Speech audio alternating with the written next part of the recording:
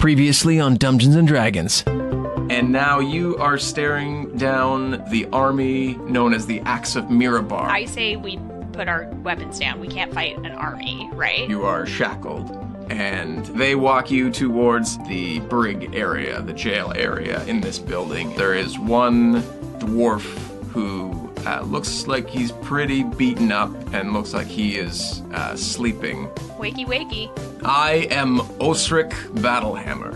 I was a lieutenant in the Axe of Mirabar. Why are you in jail? There are some magic-y things going on, and those guards down there, they aren't good anymore. And in walk 3 more warriors from the Axe of Mirabar, and in unison, we are known as Thelonious Primsby. And there is a power that's been creeping over the land, and I plan on using you to figure out where it comes from. Y'all, we gotta get out of here. I'll go and Jimmy open that door. Once you pull off the helmet, you see his skin looks gray and light black veins that run over his face. Gross. Oh no, is there some necromancy shit going on here? Yeah, this doesn't sound good. Osric reaches down and unlocks the door, and it appears that your weapons are in this room. We grab them! Huzzah! Solve the weapons puzzle.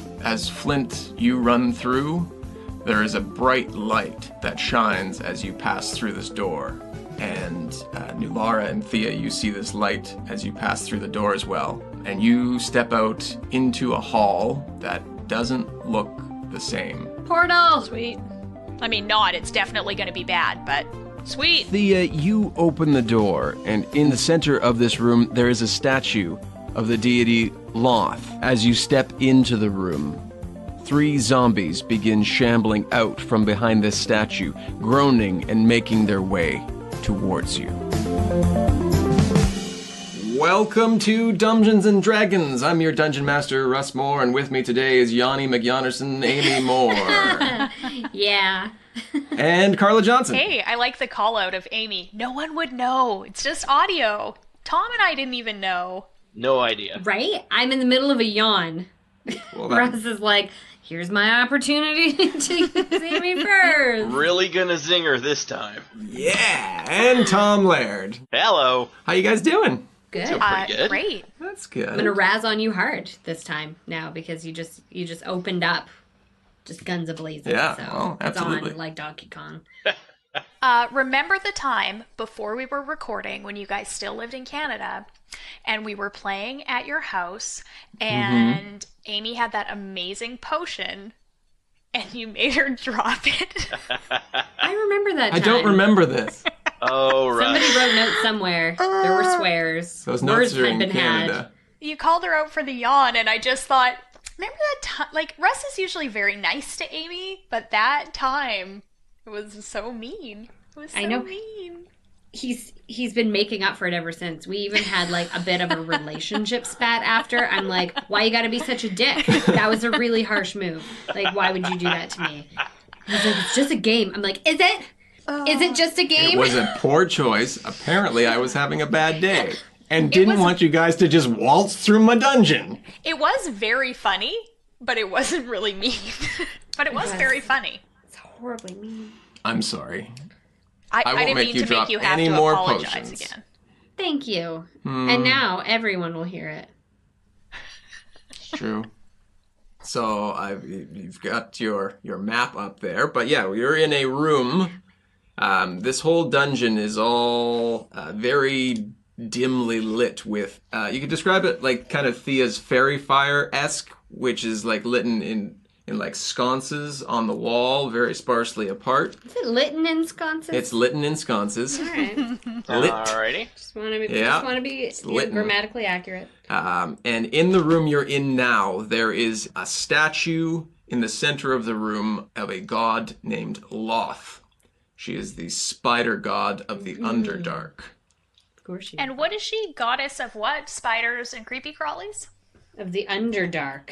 Of the underworld, yeah. You said Underdark. So like Underdark. drow and stuff?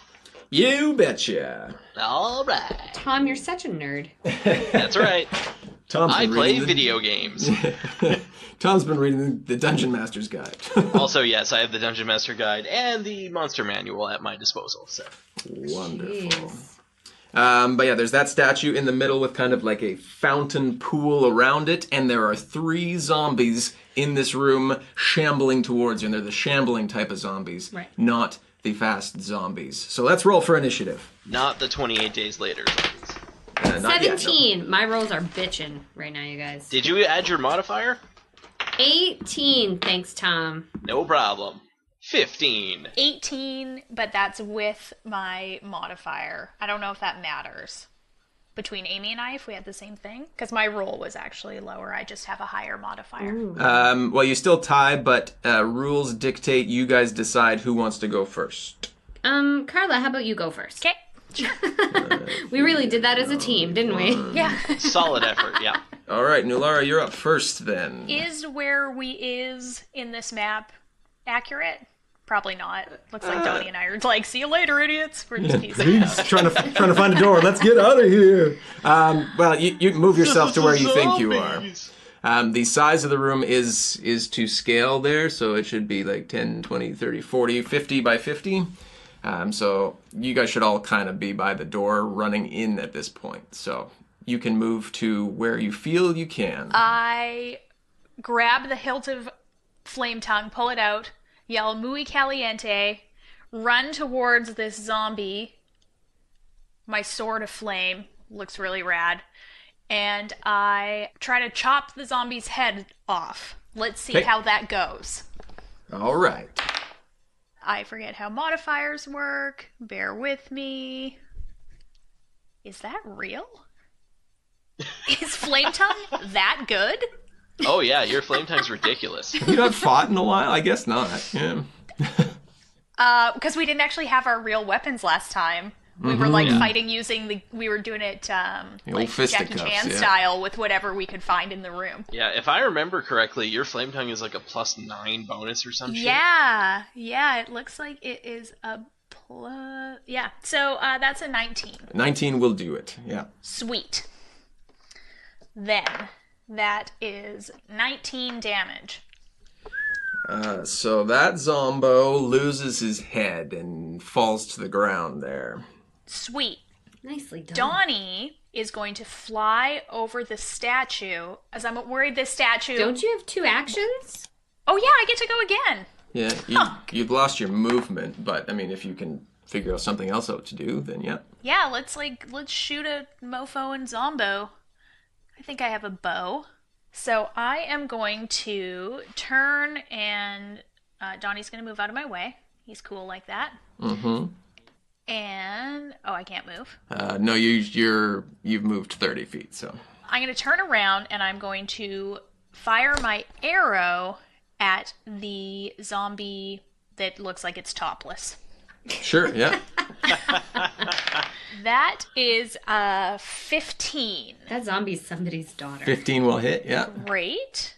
That is 2 damage. 2. Nice. 2 damage. Okay. Okay, so then Donnie, I'm concerned about I'm concerned about the statue Sure. coming to life. Or doing something else bad. I'm also a little worried about that. Okay. So I would like to try to provoke that rather than it coming as a surprise. Sure. So Donnie's going to pee on that statue. Do you want me to roll to pee? What sort of check involves in a roll to pee? The nervous bladder check, obviously. Yeah, solid. No, he can just go and he pees on that. Attack that with your golden stream, Donnie. Your mighty stream. He goes and pees on it, and nothing seems to happen with the statue. Okay. Maybe the statue is into that. Oh man. Then we go to Thia.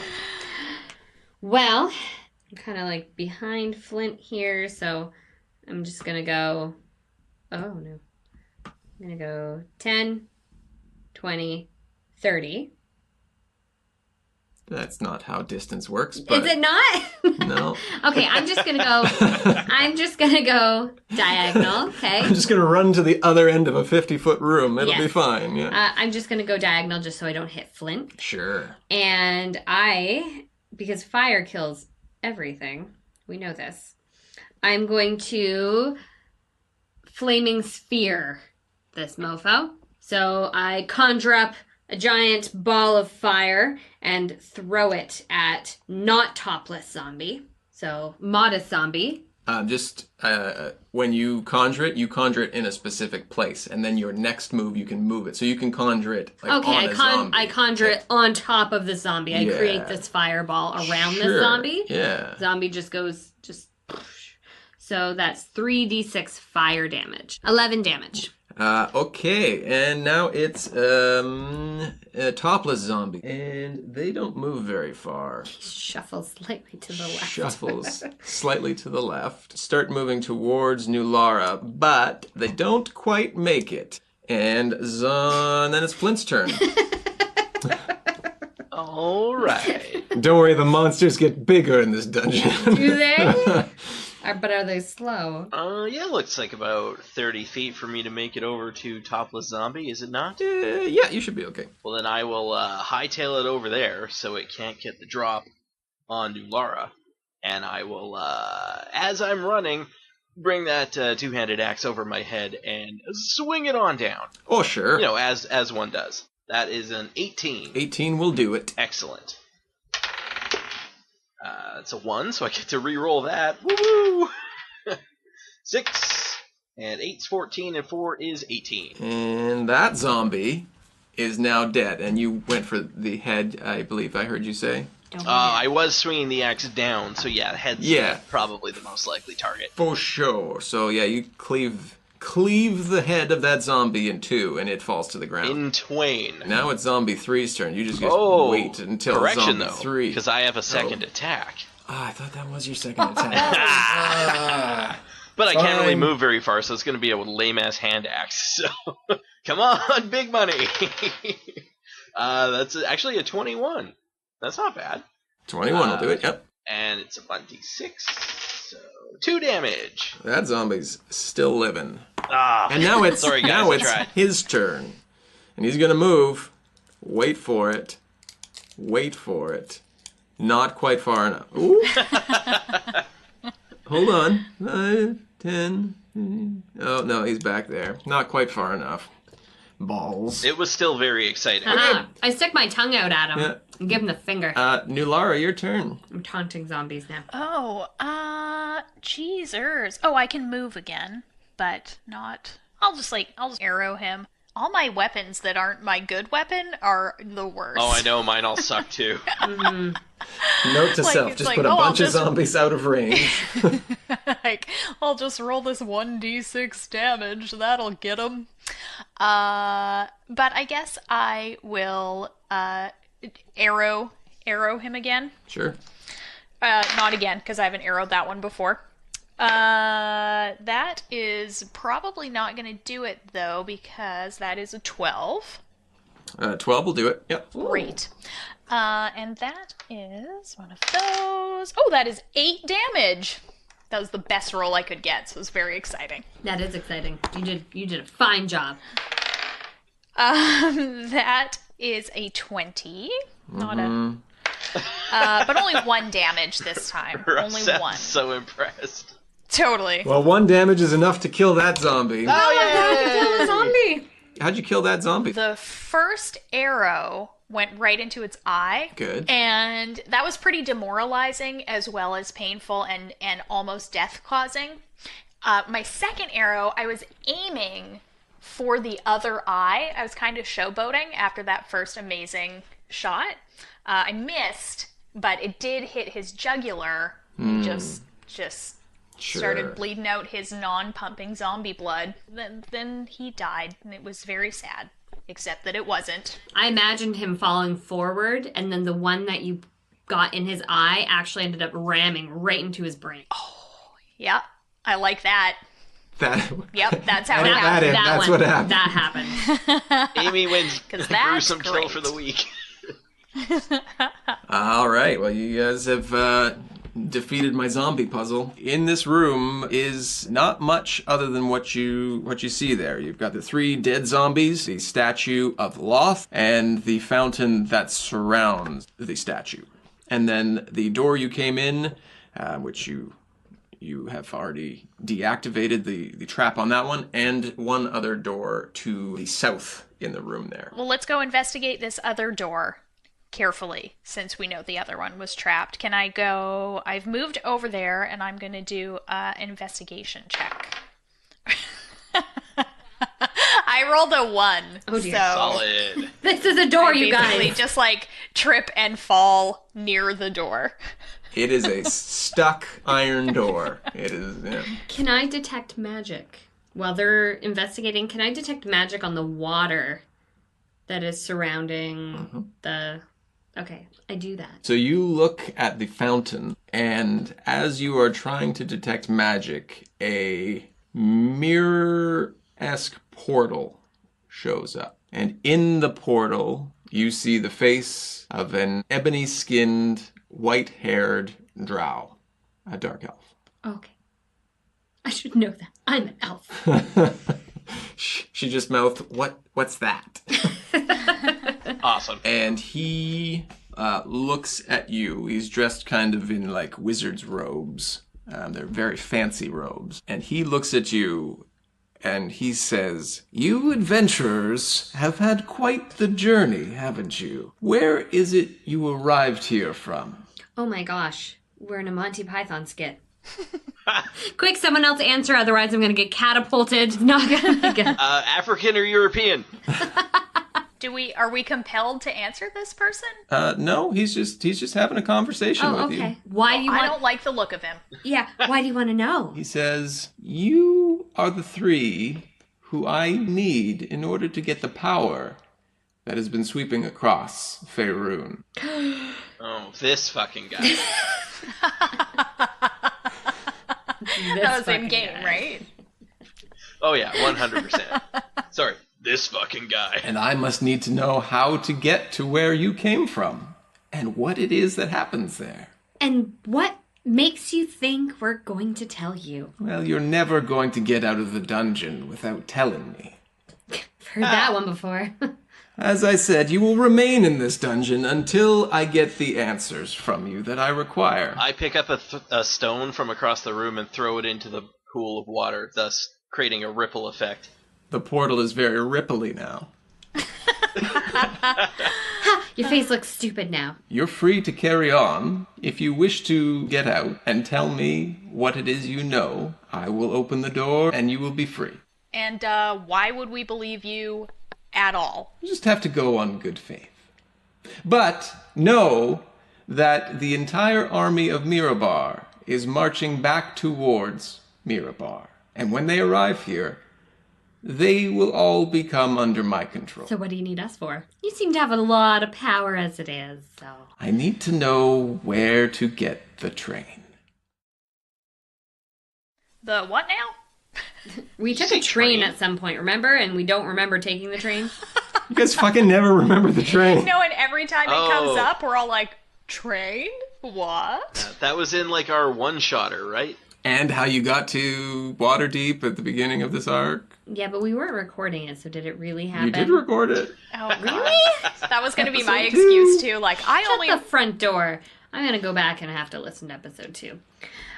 Well, joke's on you, because we have short-term memory loss and can't even remember being on that train. So, looks like you should probably just let us go.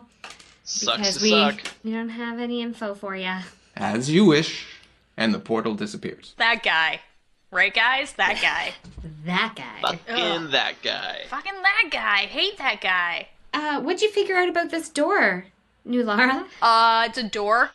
You guys want to take a look, or? Pretty sure she just tripped into it. Yeah, I looked at the ground kind of right in front of it, and we're basically in a dungeon, and this is a door. You guys want to take a look? Yeah, no, I'll make a...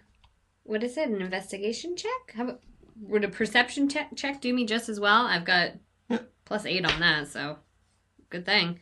17. You don't see anything wrong with the door. No? Detect magic is still going on.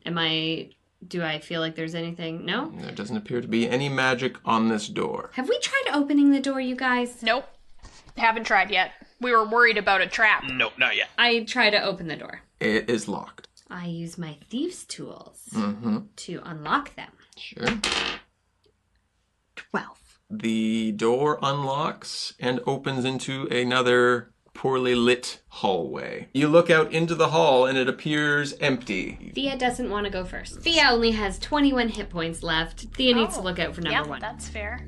I'll go first. You're so brave, Nulara. You turn left out of the fountain room that you were just in and begin to walk down a long, narrow path. It's dark and dank and smells of rot and decay. Quickly, though, you come to a choice. You can turn left, or you can continue straight ahead. Like, my inclination is straight, because that seems like it must be kind of the perimeter, or like closer to the perimeter than heading internal. Like, I feel like you don't want to go to the belly of the beast? Yeah. But if we're underground, maybe we want to be in the belly of the beast, because that's where the exits will actually be. Are we legit in a dungeon? Like, are we underground? Or we just, I can't remember from last time. Are we on, like, the main floor of the jail building? We got, like, transported somewhere. Yeah, you were teleported somewhere else. So you are unsure, and there are no windows to tell you if you are above or below. Oh, right. So what do you guys think? Like, my inclination is perimeter, but I'm cool to go interior as well. Wherever we go, we're gonna have to fight some shit, so... No, perimeter's cool. Okay, let's go forward. Let's just keep trudging along. I'm gonna keep moving my person because it makes me feel like I'm playing a game. Like, there you go. You know, like Monopoly or something. That's fun. Your party continues straight, hopefully sticking to the perimeter of the dungeon. You're uncertain how much time is actually passing as you walk through these winding corridors, but after some time, you come to another intersection, where you can turn left again, or continue into a seemingly dead end. Left it is. Weird and suspicious. Do we want to go, like, make sure there's nothing? Why would it dead end? Go check it out, Nulara. Going to. I go down there, and I do an investigation check. I forgot that I could add bonuses to that. Last time I rolled a 1, so it didn't matter. No, I'm going to do a perception check, which was a nat 20 plus 6. So I hope it's something great. It's a dead end. It is just a dead end. You wasted the best roll. It's a bare stone wall.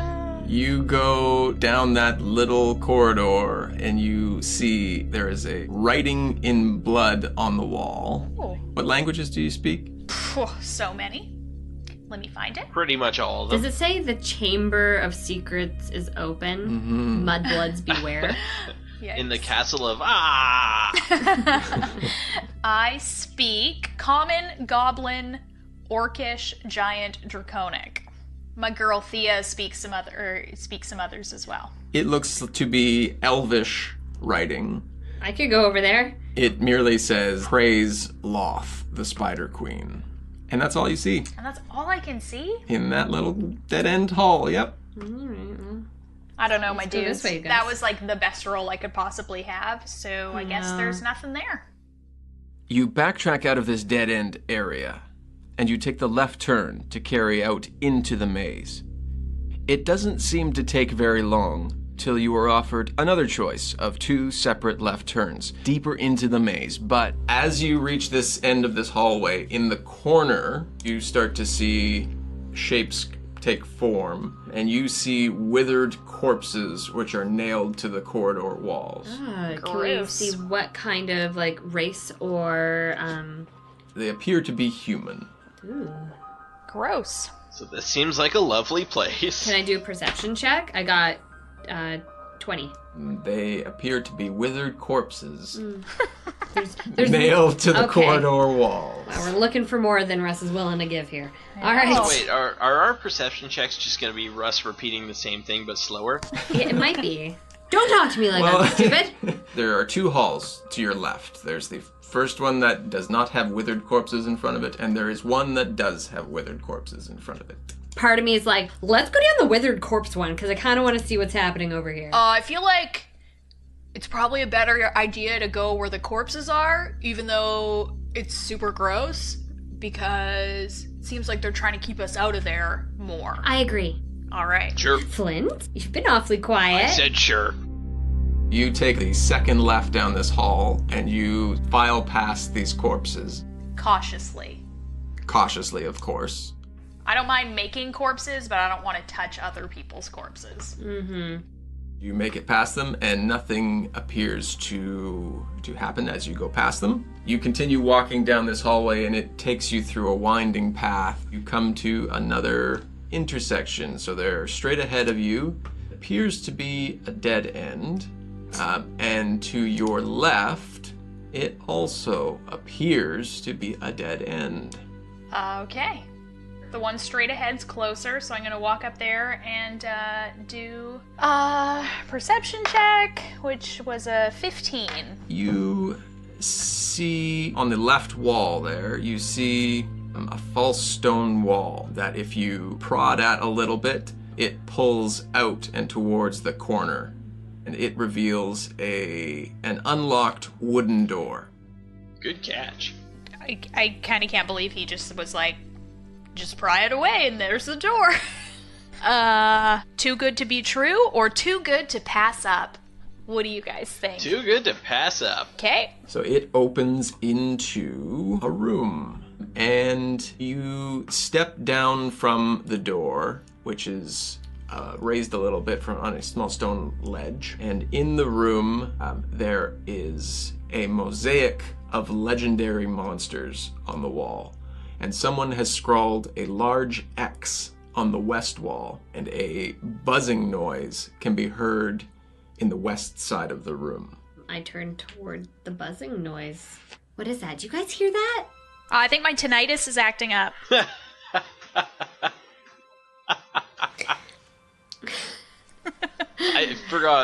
I forgot all about her tinnitus. Well, Yeah, are we having like a group tinnitus? Like, Oh, you guys hear that too then? It's not just me this time. no, I hear it too. Where's that coming from? You want to make perception or investigation checks as you go through the room? Sure Well, do. that doesn't get me much. 15. 21. Whoa. 13. You begin looking through the room, and as you begin to walk near the X, the buzzing noise becomes very loud. And as you kind of look through this mosaic of monsters, it appears that they are actually protruding from the wall. Flint, as you are looking over this mosaic and you see that it's actually coming out of the wall, you are swiped at by a dragon-esque looking statue, and it and 3 others come to life and are all climbing out of this wall. Ugh, it's like a ring. They appear to be stone gargoyle type dragon creatures. Bring it. Let's roll for initiative. There's 4 total. 4 total. I got a 5. Solid. 16. 16. Ooh. Oh. Roll off. 7. 6. Flint, you are up first. Are they all surrounding me? What's the deal here? They are presently climbing from the wall, so they're I all assume coming you would towards like back you. up. Like, ugh. Oh, okay, yeah. So they haven't got out of the wall yet then. Yeah. Yeah, I will grab my axe and go take a swing at the first one that I come across that's climbing out of the wall. So I guess the one on the right? That is a 17. 17 will hit. Excellent. That is a 9 and another 9. So that's 18 and 4 is 22 damage in my first attack. And Ooh, yeah. it Nice will take 11 of that damage. Bullshit. Oh, well then. All right. Well, I will step up for a second attack at that very same dragon that I just attacked. Faux show. So that is a 25. Yep. 9 again. This is okay. 2 9s again. This is very weird. So that's another 22 damage. And it will take 11 of that. Honest question here. Should I go to the casino? Because I just rolled 4 9s in a row. I think that's a good next stop. Yeah. Okay, perfect. You might have used it up. Oh, all right. Well, we'll see how the rest of the encounter goes. And that's the room where Flint died. Definitely going to the casino if that happens. Yeah. And then it's Thia's turn. So hitting them, they obviously have an advantage because they're made of stone. So I wonder if I can just do Thunder Wave. Let me just make sure that's not going to devastate everybody. I run forward. Sure. Now, who is within a 15-foot radius of me? Flint. Uh-oh. And I can take it. Don't worry about it. the 3 gargoyles that you're presently in the center of. You want to take it? Sure. It's 3d8 damage. Yeah, I'm good. Don't worry about it. Okay, because that means I can hit all 3 of those. So, a wave of thunderous force sweeps out from me. Each creature in a 15-foot cube originating from me must make a Constitution saving throw. Oh, Constitution's wearing best one. Oh, good. It's a 23 on my save. Oh, nice. You take half damage. The one to your right rolls a 20. Okay. The one in front of you rolls a 20. Okay. And the one to your left rolls a 19. Okay, so they all save, so they get half damage. And what type of damage is it? This is thunder damage. You guys get to take 3 damage each. Yay, that wasn't worth it. Did you roll a 1 on every roll? You get to also take half that damage? Nope. No, They take I rolled the really full shitty damage. rolls. The gargoyle on the end's turn. So he's on the far left of the room, and it runs towards the X on the wall Or that X and means something. begins throwing itself at the wall. I have a feeling like that's an exit. Nobody. Thanks for that. I liked it. And hits it twice. I have a feeling like you shouldn't let them out. That You know? wall begins to crack and crumble, and the buzzing inside gets louder. Oh, never mind. He's trying to unleash the bees. Now, Thea, the gargoyle to your left Yeah, I put myself in a really bad position for Yeah. not much payout right goes now. to bite and claw at you. And misses completely with all those dice that you're rolling? The bite is a 10. That one's going to miss. And the claw is a 4. No, 8. That also 8. misses. Also misses. So you're very elusive in the middle of all these gargoyles. I am. And I'm like- Nulara, it's your turn. I'm doing Matrix style stuff to get away from them. I wish I had some amazing spell to use to try to stop the wall, but I just looked and I got nothing. So it's just going to have to be brute force on this dude that looks like a bearskin rug. It's a bearskin rug looking dude.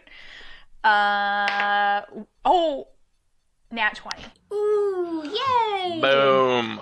And you're swinging with your sword, yes? Yes. Okay. With her on fire sword. Yes. It's true. Yeah, so it is like slicing damage, whatever a sword normally is, and flame damage. I don't know if that's going to matter to you, but I roll those separately. Does it matter to you? Yeah, because he's going to take full damage off your fire magic damage, but only half on your sword damage. Okay, and because I got a 20, does that mean I roll twice? Everything double. Yeah. Okay, so sword damage first is a 6 and a 10, so 16. Okay. So he gets 8. And then 2d6, so it'll be 4d6, so 13 fire damage. Okay. Second attack, same thing. I'm going to roll a 20 again. Get ready for it. It's going to I'm be ready. amazing. I'm ready. I didn't, but it's an 18. 18 will still hit you. Okay. So that is a 1 with the sword damage, which I guess rounds to 0. Can't remember. I think you have to round up for that. I would assume in that case you would still you'd at get least one. get Just get 1 damage. Yeah. Great. And then 10 fire. It's 11 damage. Nicely done. Donnie, I guess we'll try to, like, sting him, but that's piercing damage, so it probably won't work. And it certainly won't work with that 6. Okay. And now it is The gargoyle in front of you there, Thea, Uh-huh. strikes out. You know, there was a point when I told you should I probably know, hang back. but this spell, I needed to be closer Okay. to them, and I didn't think that fire would damage the stone, but now that I know that Nulara's flame hurt them, I will make better choices in the future. Bite is a 15. Bite doesn't work. What's your AC? None of your goddamn business. I got new... Oh. You didn't get your new armor yet. Oh. You No, had we to haven't go gone to pick it pick it back up up. yet. Okay. And the claw is a 15. Well, then I guess I get bited and clawed. So that is 9 damage. Blech. And then it's the fourth one, and he's gonna go for Flint because he feels bad for Thea. Dude, guys, I'm down to 12. Dude, guys. You can do a bonus action and take a healing thing, right? Oh, yeah, we totally have those bonus healing actions. Yeah, I will do next that. turn. Yeah. Flint, the one right in front of you there, is going to bite and claw at you, and the bite is a 22. Well, that hits. The claw is only a 6. Is so it that? Yeah, suck it, Claw. So you're going to take 5 bite piercing damage. Okay. And it's back to you, Flint. How's this gargoyle dragon thing looking? Can I tell if it's hurt or not? It's a little crumbly around the edges. All right. Well, in that case, I'm going to run over to the other one that's attacking the wall and try and beat it up a little bit. Damn it. I've got 3 of them around me now. It's all right. I'm still close to the other one, so that is an 18. That should be all right. Yep. So that's 14 damage on that attack. So I guess 7. Okay. And how's this dragony thing looking? He's looking less good than all the other ones. Ooh, critical on a 19. Excellent. Means extra rolls for this guy. So that's 33 points worth of damage, plus 4 and 8 for my bonuses, so 41. So 20 damage. Oof, good one. Criticals are nice. Is he still standing? He is still standing. Okay, I'm going to take my action surge and attack him again. Sure. And I just rolled another critical, but this time on a 20. Nice. Guys, I seriously need to go buy a lottery ticket or something. This Do is it. ridiculous. All right, pause the podcast. I'll be back shortly. We can deal. Yeah. I don't think I'm in time for the Lotto Max draw, though. And 6 is 32, plus 8 is 40, so 20 damage again. Yeah, so that gargoyle crumbles in a pile of dust to the ground. Missed it. Oh, God. Yeah, he killed the gargoyle beating on the wall. Good for you, Flint. I wiped a bum. Hey, we both had victories today. Yeah. That's all that matters. Thea, it's your turn. Oh, good. Okay. I'm going to choose something with a higher... Also, feel free to run away from them. Oh, yes, I do plan on running away. Can I do my my hit dice? Like, can I... You can stack it in any order you want to. Okay, well, I'm going to do that just because I will forget at the end. You may roll 1 hit die. I will. D8? If that's what it says, yeah. I'm predicting a 2. One more was a than you 1. had before. Solid. Okay, so I will back the truck up here. I can go 15. How many? 30. 10, 20. I'm just going to go right behind Donnie. Or on top of him, as it were. Yes. Okay. Moonbeam, I'm going to use on my 3rd spell slot. So it's 3d10 radiant damage. It's a 5-foot radius, a 40-foot high cylinder. Okay, centered on what point? I would like it centered on this guy. The middle guy. middle gargoyle. The middle gargoyle. I'm going to center my moonbeam. And a silvery beam of pale light shines down. And the creature engulfs in ghostly flames that cause searing pain. And it must make a constitution saving throw. 15. It's not good. Then give me some damage. All right, 3d10. Nice. I'm going to roll all ones. 9! 9 searing damage. God damn it. It is the gargoyle nearest you, Flint, makes a move to run towards the X on the wall. Jeez. and is going to ram itself at the wall. Do they take any damage for ramming themselves at a wall? You don't know.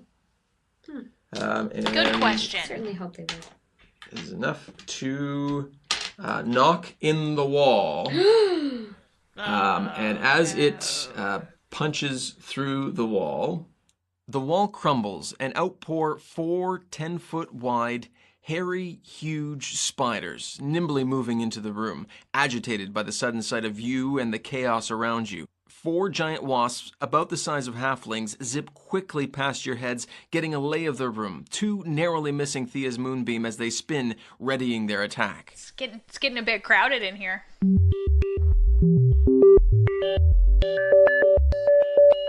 Well, hello! It's me, your Dungeon Master, Russ Moore. It's been forever! No, it's only been a week. It's great. It's nice to see you so soon.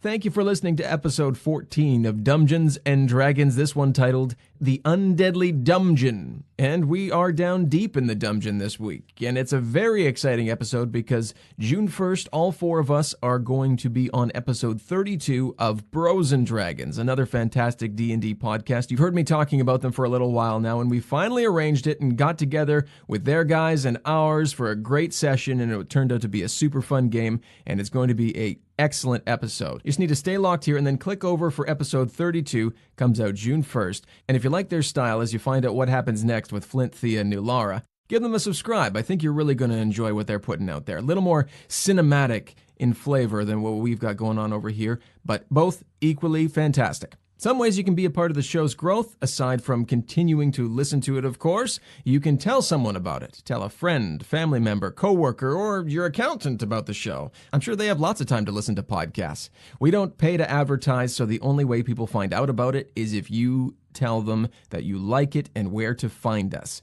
The more people we can get on board with your help just pushes us to find new ways to make it grow and get better for your ear holes, because that's really the key. One reference that we got that we didn't know we got until this last little while was Rachel. She sent us a message on our Facebook page and said that she was referred to our podcast by another podcast, and she's loving it. Thank you, Rachel, for dropping us that note. We love to hear that people find us and that people are loving what we do. She did mention that she would love to see some sort of YouTube or Twitch stream or something like that, which is something that all 4 of us have honestly talked about, but just due to the time zone differences makes it kind of a logistical nightmare at the moment. So once Amy and I do go back to Canada, which we are planning on doing, we will look at doing that a little more seriously, and it could very well be something that we do in the future of Dumbgeons and Dragons.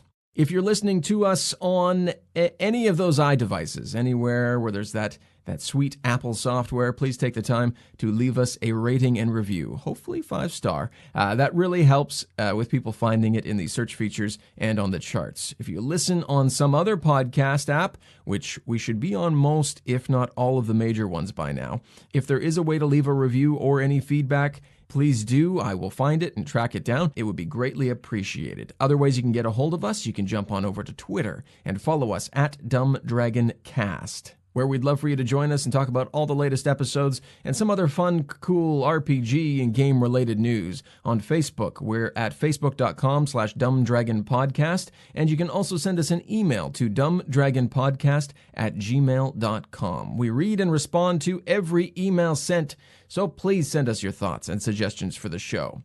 That's it for me for now. The next part of Flint, Thia, and Nulara's journey after this episode will be available June 1st on episode 32 of Bros and Dragons. Make sure you go check that episode and those guys out, not only to find out what happens with our guys, because whatever we cover in the story there is likely going to make its way into our next episode, which is going to cause some pretty cool story stuff going on there. So you want to make sure you check that out, but also because they put on an amazing show. Lots of cool music, sound effects, and great storytelling. Doc and the team really put out a stellar podcast. And don't worry, we will be back as scheduled here on the Dumbgeons and Dragons feed on June 14th with episode 14. Let's dive back into the dungeon. We'll be chatting with you soon.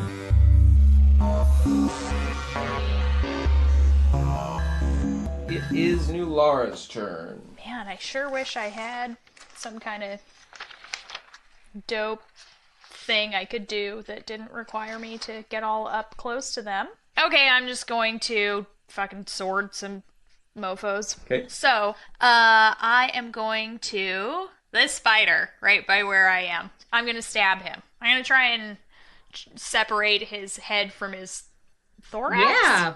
Good science term. Very proud of you. Thank you. That is a 19. 19 will hit, yeah. Okay. That is a 9 plus 6 is 15, 22 damage. Unless I have to half some of that. But probably I don't, because it's a spider. It's a spider. It takes full damage. Ooh. And Good. If anything, your fire should be even more impressive against 22 is enough to kill that spider. Yeah. Nice. Sweet. That's what I was hoping, that they're just big. Head separated from thorax. Okay, now I'm going to turn. Is this wasp just like hovering by me? What's he doing? Yeah, he's moving towards you, but he's just in the vicinity at this point. He's just getting the lay of the land right now. He just came into the room. He's like, what's going on, guys? Well, what's going on is he's about to get stabbed with a flaming sword with 18. Does that hit? 18 will hit the wasp, yes? Woohoo. Great. Great. Good roll. 4 plus 5 is 9 damage to that wasp. Okay, that wasp is still living. Donnie's gonna come try and bite him. Okay. He got a 13. 13 AC is enough to hit. Yep. Ooh. Great. Then he gives him 3 damage, and he has to do a Constitution saving throw. To not be That's paralyzed? a 4. Great! Paralyzed! Boom! Donnie, you did it! It's never happened before, I don't think. I think it's literally I think it never happened like one before. time. Yeah. I This is remember. like time number 2. Okay. Either way, it's hella impressive. It's pretty good because Donnie's real little. He just like flew up to a wasp that's like, I don't know, 10 times the size. More than that. That's a terrible exaggeration. 20 times the size of him? Amazing.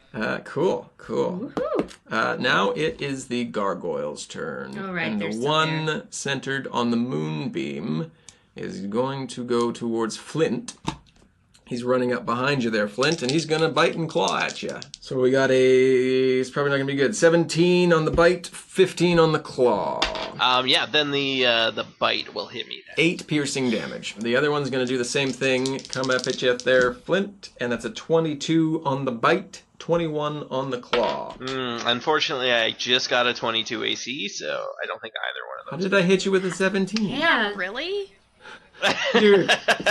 Yeah. Yeah, but I it see, just I see. happened, like Magic. just right now. We're in Dungeons and Dragons. Anything can happen. Pretty impressive stuff. No, I it's like, thought for sure he was being serious. That's me too. Yeah, I know. Which is so dumb because he, just got hit on his 17. Like, that's what? 13 damage there, Flint. Pretty sure some sort of toughness thing Absolutely. kicked in for me. It was an It just, adrenaline it kick. didn't I You're gave you surrounded extra. by all these bugs and gargoyles. Oh, yeah, there you 17. No, that's a lie. Clint, it's your turn. 13 13, damage. I think you said? I was just gonna blow right Okay. past that. Yeah, I got it. Okay, and now it is all these spiders and wasps' turn. Oh. Hooray! Spider nearest the top of the room is coming at you, Flint. Okay. Spider nearest you, Nulara, is coming at you. And spider Flint, they are so all over you. There's like 3 creatures on spider you. nearest Thea is coming at Thea. Bring it. So, what do spiders get to do? Probably fall over dead. Whatever a spider can. I think like go up and down a water spout, if my understanding is correct. Yeah. Yes, That's yes, it. yes. So, Flint, you are going to get bit by the spider. Maybe. That is a 21. Okay. So you will take 1d8 plus 3 piercing damage. You're going to take 6 piercing damage. Okay. And you must make a constitution saving throw. Ooh, that's a good Oh one no, for don't me. get paralyzed, Flint. Come on. That is a 24. Okay, so you save, but you still take 2d8 poison damage halved. Okay. So you're going to take 5 poison damage. Can you just get Amy to roll the damages for the dice this time? 'Cause she's been rolling a lot of ones, so... Yeah, it has been a day of ones. I mean, I think that's only fair for all of us. That makes sense. And then the one coming at you, Nulara, is going to bite you as well. Ooh, Maybe. Not well. 7 against your AC. I don't think that's That will not do it. And then the last spider in the room is going to shoot its web at you, Thea. Oh my god. No, it won't. It's a 9. It's a 9. So You're fine. He just kind of shoots his web out into the ether. And then the wasps. What's so tough? Okay, so we got... At least there's only 3 wasps. Flint, the one that's coming at you is going to be a 19 against your AC. Yep. And you are going to take 1d6 plus 2 piercing for a sting, which is 6, and also make a Constitution saving throw. Oh my god, so many Constitution save. Whoa, nat 20. Woohoo! All right, well, you save against that, but you still take half damage on 3d6. That's 11, so you take 5 more poison damage. Jeez. I think if you crit on a save, you shouldn't you should take any literally damage. save. You would think. So the one at Thia, New rule, house rule. that's 22 Yeah, against your AC. that does it. So roll a Constitution. But like just barely, right? Yeah. 14. Okay, so you save, but you're going to take 3 stinging, piercing damage, 3 poison damage. Guys, I'm down to 7 hit points. And then the final one at Nulara there, that's a 16 against your AC. Not a hit. And that is back to Flint. Flint, murder things. All right, Murder Express coming right up. Take a look at that spider that Sure. bit at me, because he seems like a real dick. So yeah, I'm gonna go for some sort of nice like uppercut swing with my axe to like get him right under the mouth. I like it. That is a 17. 17 will hit. Excellent.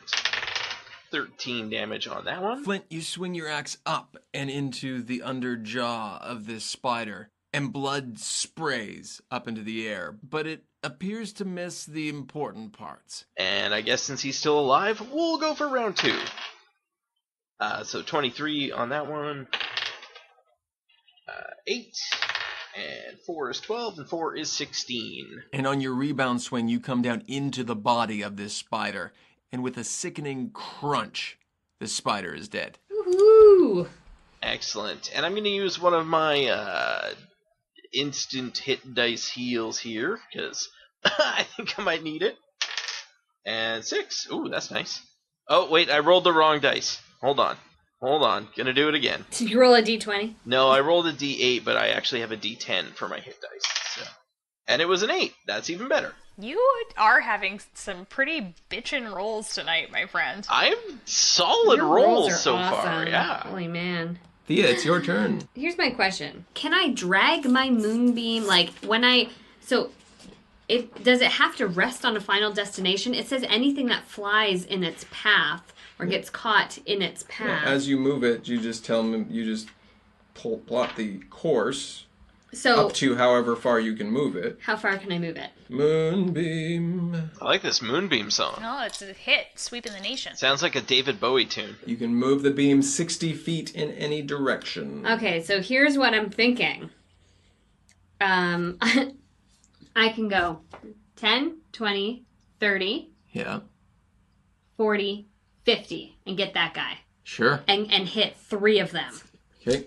Okay, so who gets hit first? Okay, this gargoyle motherfucker right here. Okay, so you begin to move your moonbeam through the room, and the gargoyle, Constitution, that's a 10. Not good for the gargoyle. Okay, so the gargoyle will take full damage. We'll just do all the Constitution rolls. Yeah. And then the second one is a 21. That saves. So Okay. he only gets half.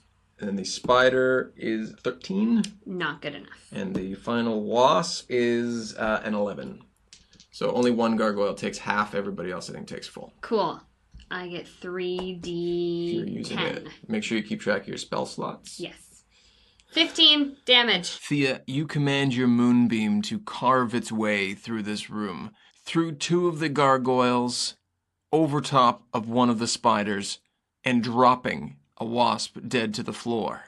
All the while, the gargoyles and the spider and the wasp screaming out as they take this moon-driven radiant damage. Nice. I There you killed go. something, you guys. You know how long it's been? That was kind of amazing. I feel like with Moonbeam you haven't done this before, like you've moved it just to like one other thing instead of flying it around and getting a whole bunch of things, and it's dope as hell. Yeah. Amy, you should also take a healing surge. Oh, yes. Thank you very much. Since your turn's not over yet. No, it's not. Hold on. 4! Yeah. Then it is... Who put all these monsters in here? Jeez. Some jackass. The monsters are all last, though, so... No, the gargoyles go right, next. gargoyles, and then... So the gargoyle that broke open the wall is going to go for Nulara. The bite, Nulara, is a 13. The claw is a 23. So the 13 does not hit, but the 21 does, obviously. So you will take 8 slashing damage. Okay. Now, Nulara, it's your turn, and presently engaged in direct combat with you is the gargoyle who smashed in the wall and released the wasps and spiders. And as well, one of these spiders is within striking distance. Things look real bad for me right now, Yeah. just position-wise. I will go for the spider first. It's a good choice. Because his turn will come next, and he will be able to hurt me again before I get another turn. True. So I am going to do my patented spider head removal technique, which I will probably fail at because that is a 15. That will hit. Woo! Oh, great. These spiders don't have armor. Wonderful. They're just really Yeah, I big. guess. Math is hard with very small numbers is 9 damage. Your first strike swings down hard into the spider and burns its way into its flesh, but it's still living. Okay, so my sword got halfway through his neck. I pull it out and try again. That one's better. That's a 22. And that is 15 damage. On your second swing, you hit the same spot and cleave through the spider, and it falls dead to the ground. Okay, Donnie, he's my boy, is going to try and bite the wasp that is sort of behind me. Sure. But that is a 7, so that probably will not That do it. doesn't do it. And now it is the gargoyles on Flint's turn. Hooray! The one right in front of you there, Flint, is going to bite for a 13, 17 for the claw. So 17 slashing for the claw. Does not hit Okay. because I get a bonus on my slashing resistance. And then the other guy, that's an 8 for the bite, 13 for the claw. Oh, sweet Jesus. So you evaded that one, but it is the spider's turn. He's going to try to recharge his web, which he does not do. So he moves to get Thea. 13 against your AC. Get me, he doesn't. He does not. Wasp's turn. One wasp on Flint there. Ugh, that's a 6. Jeez, Amy, I said damage rolls, not attack rolls. The wasp on Carla, however, gets a natural 20. Oh boy. Yeesh. Make a constitution saving throw there, Nulara. Okay, that is 19. 19 will save, so you take 4 piercing damage, and then half of 3d6 acid. Oh my god, his rolls are so good, you guys. 14, so you take 7 damage. If I rolled 3d6, it would be like a 4. Okay, so that's wasp, spider, Flint. Seems like a really weird, playground game. Totally. Alright, I'm gonna turn around and go for that wasp that's been haranguing me.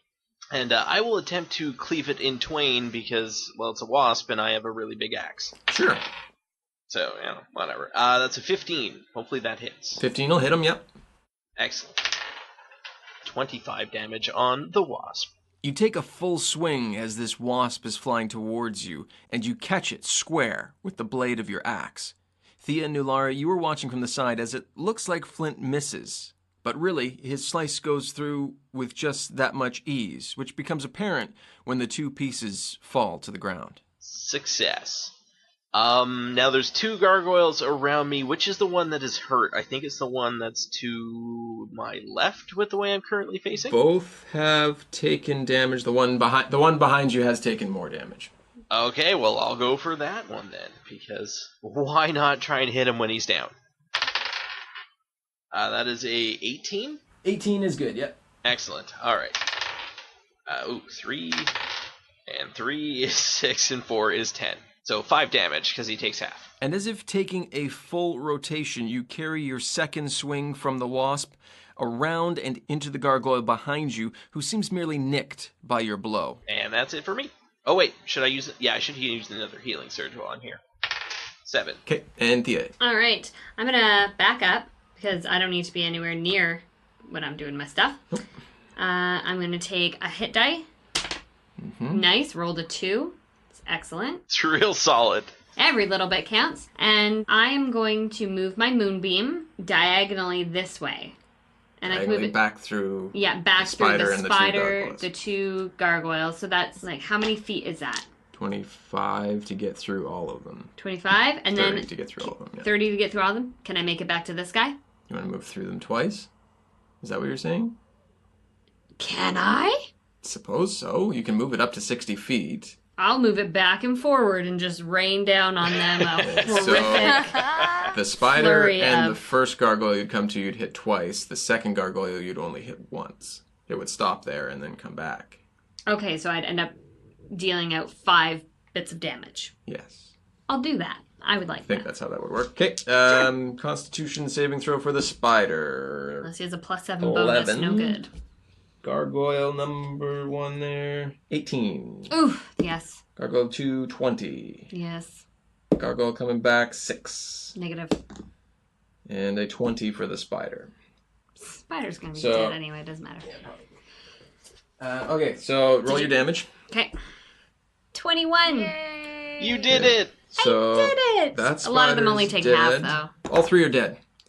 Oh! So you Whoa. move this moonbeam through this mass of monsters, and you Probably just make incinerate noise. the spider on when it comes back, and each of the gargoyles dry up and crumble under the power of the moonbeam. I flick my blue hair back and, like, look at Flint and go,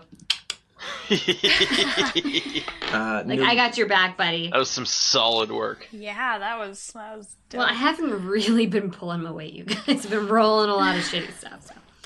Felt good. Felt good to contribute. Nulara, your turn. I am going to go for the wasp that is near me. That is why is math so hard? Does 14 hit a wasp? Sure does. Great. 15 damage. Nulara, as the gargoyles and spiders go up in smoke from Thia's moonbeam, you swing Flame Tongue, which is blazing so bright in this dungeon room, through this final flying wasp. Sweet. Then I pivot back to the gargoyle. That is 20. 20 will do her. And, oh great. Oh my god. 6 damage. A 1 and then a 1 on those damage is rolls damage. were really, really hot. Donnie's going to try and help me out, though. He got a 6. He was not able to help me out. Yeah, for sure. But I mean, he's it's rooting for you. That gargoyle's turn, and he's gonna take a bite and a claw at you there, Nulara. Well, he's going to try. The 13 on the bite and a 13 on the claw. He He's does not gonna do that. it. And now, guess what, guys? We're back to Flint. Whoa, that was That so was much fast. faster this time. Yeah, once Thea killed all the bad guys. That's a 14. I don't... Yay, nay? Nay. Oh, boo. A boo. Alright, well, that is a 17, so that should do the job quite nicely. And I think he's quite low on health. So I'm going to He's running low. take Struggling? some sort of crazy leaping swing at him with my axe right on his neck, just to see if I can, Sure. make him crumble to dust real quick. That is a 1, so I get to re-roll that. So far, not great. Alright, 4 and 10 is 14, and 4 is 18, so 9 damage when halved. And that, with your leaping jump, crumbles the final gargoyle in the room. All that remains is one paralyzed wasp. Thea very, like, flippant and dismissively moves my moonbeam over. What was that? A 6, and a 6. Devil. Well, it had 1 hit point, so you... Oh, that's a 9. 6, and a 9. Yeah, you definitely just obliterated that paralyzed 1 hit point wasp. Congratulations. Thank you. You are now standing in a dust and blood-covered room, catching your breath while waiting to carry on to see what comes next in this Un-Deadly Dungeon. When you hear another buzz, this buzz more tinny and mechanical in nature, though. You look around the room and you turn to face the wall where the gargoyles were once perched, and you see, as if lightning were forming and appearing in front of you, a blue orb. This orb opens to almost a doorway, and out steps the short, box-like figure of your friend from the Guild of the Nine Shadows, Tibby. Tibby! Tibby! You guys ready to blow this pop stand or what? The hell are you doing here, Tibby? Well, we've been tracking you for a while, then you kind of disappeared, so we figured you were in a little bit of trouble. I look around at all the dead bugs. And we were right. Let's get the fuck out of here then. Yeah, where are you taking us, Tibby? Oh, we're just gonna go back to the guild and just see what happens, you know? We got this new portal magic thing. Works real nice so far. Sweet. Awesome, let's do it. Nice. It's the best portal ever. The best portal. It's magnificent. It's incredible portal. Nobody makes portals like I do. They don't have portals like this in China. Sorry. I feel like this portal's set up to fail. Kind of overselling this portal. I thought I could do a good Trump. That was good. Can't compare Tibby to Trump. Come on. No, I'm sorry. I apologize. As you step into the portal, you feel relief wash over you. You regain health and your wounds close. You feel re-energized as you are surrounded by this blue light. And then, as quick as it began, it ends. And you are standing in a field surrounded by 4 Dragonborn, staring at you, mouth agape, having just seen you appear from nothing. You look around and you quickly realize that you are no longer in Faerun. To find out what happens next, head over to Bros and Dragons for episode 32 on June 1st, 2017. Dumbgeons and Dragons will be back as scheduled on June 14th at dumbdragons.com, on iTunes, or wherever you download podcasts.